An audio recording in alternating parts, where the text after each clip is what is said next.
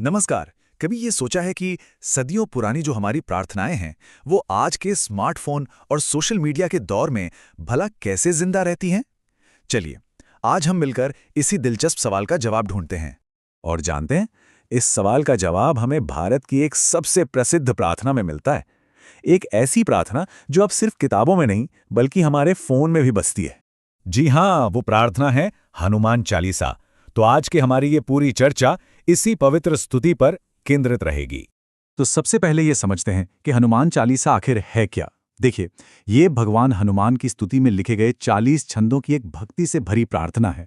और ये हिंदू धर्म में सबसे ज्यादा पढ़ी और सुनी जाने वाली स्तुतियों में से एक है, ये तो हम सब जानते ही हैं।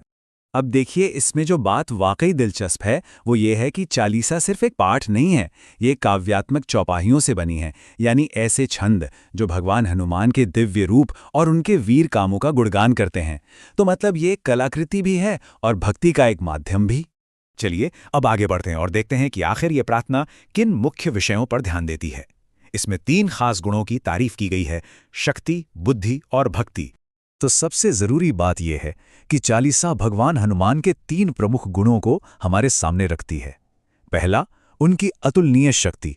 दूसरा, उनकी गहरी बुद्धि, उनका ज्ञान।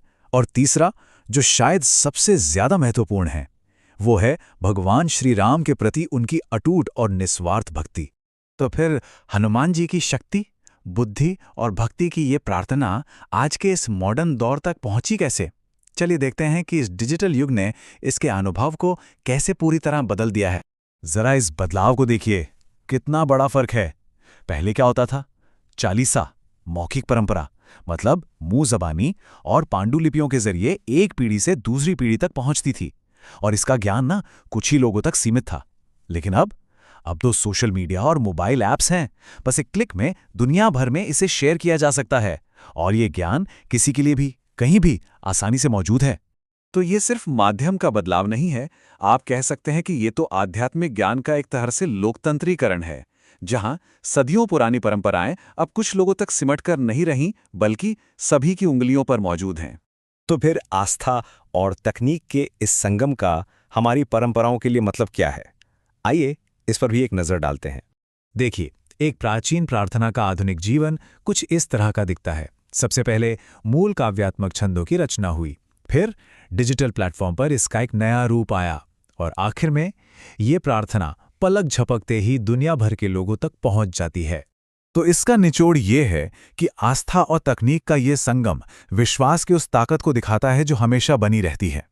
ये हमें बताता है कि परंपराएं खुद को जिंदा रखने के लिए और समय के साथ चलने के लिए कितने नए-नए और रचनात्मक तरीके अपना लेती हैं। और हाँ, ये सवाल सोचने वाला है कि भविष्य में टेक्नोलॉजी हमारी आस्था और आध्यात्मिकता के रिश्ते को और कैसे बदलेगी। ये देखना वाकई बहुत दिलचस्प होने वाला है।